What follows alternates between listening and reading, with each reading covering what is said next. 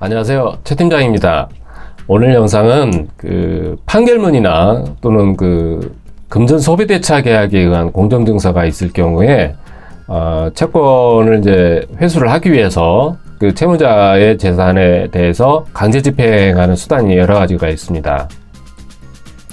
그 중에서 유체동산 압류 집행에 관한 부분을 한번 다뤄보도록 해보겠습니다.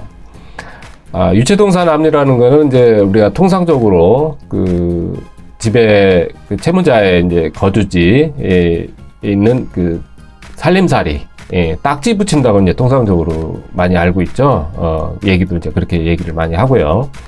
그래서 이제 유체동산을 압류를 해서 채권을 이제 변제를 받는 그런 내용이 되겠습니다. 그러면은 이제 이 유체동산 압류라는 거는 이제 통상적으로 집의 살림살이에 대해서 압류를 해서 만약에 변제를 하지 않는다 그러면은 그거를 이제 감정을 하고 경매까지 진행을 하게 됩니다. 근데 이제 문제가 있는 게 뭐냐면은 채권 금액에 따라서 유체동산 압류가 효과가 있는 것도 있고 또 없는 것이 있습니다. 채권 금액이 예를 들어서 너무 많은 금액이라고 하면은 유체동산 압류는 사실 실익이 없어요. 통상적으로 한 1,000만 원 내지 2,000만 원 이쪽 저쪽 채권 금액일 경우에 또는 1,000만 원 미만 이 소액 채권일 경우에 유체동산 압류로 해서 채권을 변제받는 경우가 거의 대부분입니다. 채권 금액이 1억인데 집에 살림살이 딱지 붙이는 거 가지고 변제가 하기는 사실 좀 어렵다고 보고요. 실익이 없다고 보고.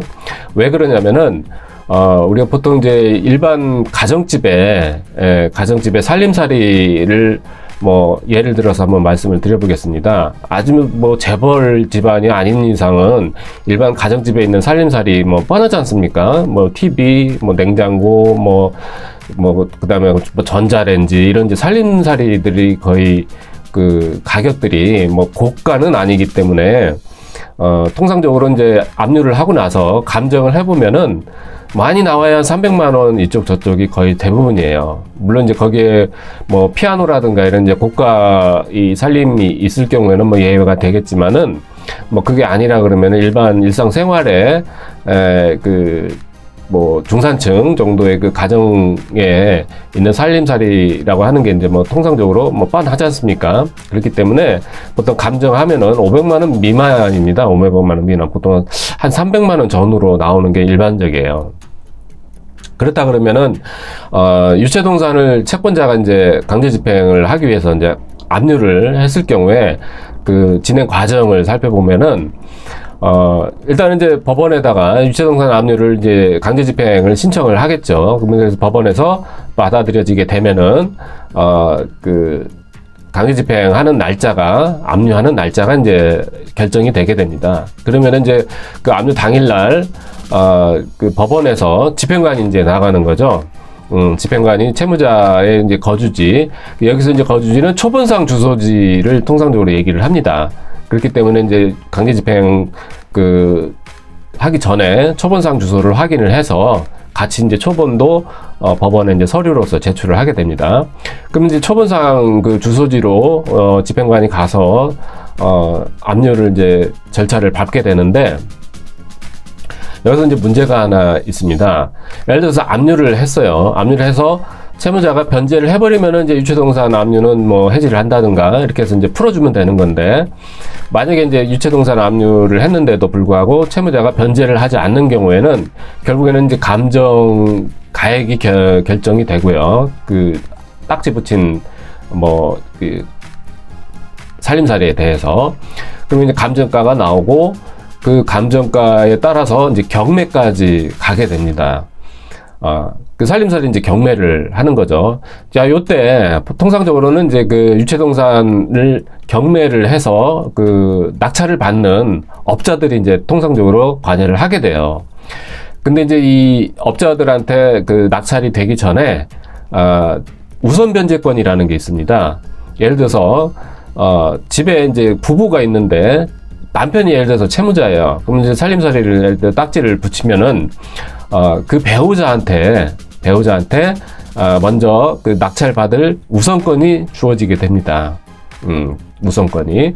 그래서 이제 예를 들어서 뭐 감정가액이 300만 원이라 그러면은 업자들이 먼저 입찰을 보기 전에 이거를 배우자가 낙찰을 받을 것인가 라는 거를 이제 의사타진을 하게 돼요. 그 집행관이. 그래서 만약에 배우자가 낙찰을 받겠다 그러면은 이제 배우자가 그 감정가액에 대해서 비용을 지불을 하고 그리고 이제 다시 그 살림살이를 가져가는 거죠.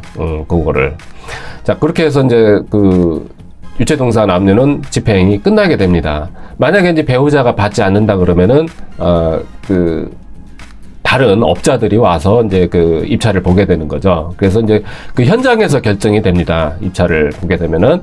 그래서 뭐 입찰을 받는데 만약에 업자들이 안 가져가겠다, 자기들이 인수를 안 하겠다고 했을 경우에는 채권자가 이제 그거를 떠나야 되는 경우도 있습니다. 실무에서는 간혹. 뭐 아는 경우는 아니지만은 간혹 그 업자들이 만약에 이거 뭐 가져갈 가치가 없다라고 했을 때에는 채권자가 그거를 떠나야 되는 경우도 있습니다. 채권자가 이제 사야 되는 거죠. 근데 그런 경우에는 진짜 이제 실익이 없는 거예요. 유체동산 압류가. 자, 그렇기 때문에 제일 좋은 거는 유체동산 압류를 하고 나서 채무자가 그 변제를 하면은 이제 그 유체동산 압류가 실질적으로 이제 실익이 있었던 거고요. 이제 그게 아니고 경매까지 간다 그러면은 유체동산 압류는 쉽게 얘기하면은 좀 뭐 실패했다고 이제 보는 거죠. 실패했다고.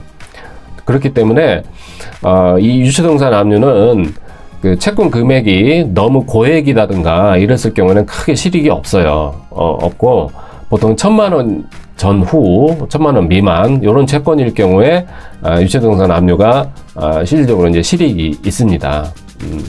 그렇기 때문에 이제 채권 금액에 따라서 유체동산 압류는 진행을 할 수도 있고 또는 진행을 해도 실익이 없는 경우가 있기 때문에 채권 금액이 좀 상대적으로 좀 소액일 경우에 다른 뭐 강제집행 수단보다도 그 압박 수단으로서 유체동산 압류가 좀 실익이 있다, 이렇게 이제 말씀을 드리겠습니다. 그래서 오늘은 유체동산 압류에 대한 실질적인 그 실무 부분에 대해서 간략하게 알아보는 시간을 가졌습니다. 이상 최 팀장입니다. 감사합니다.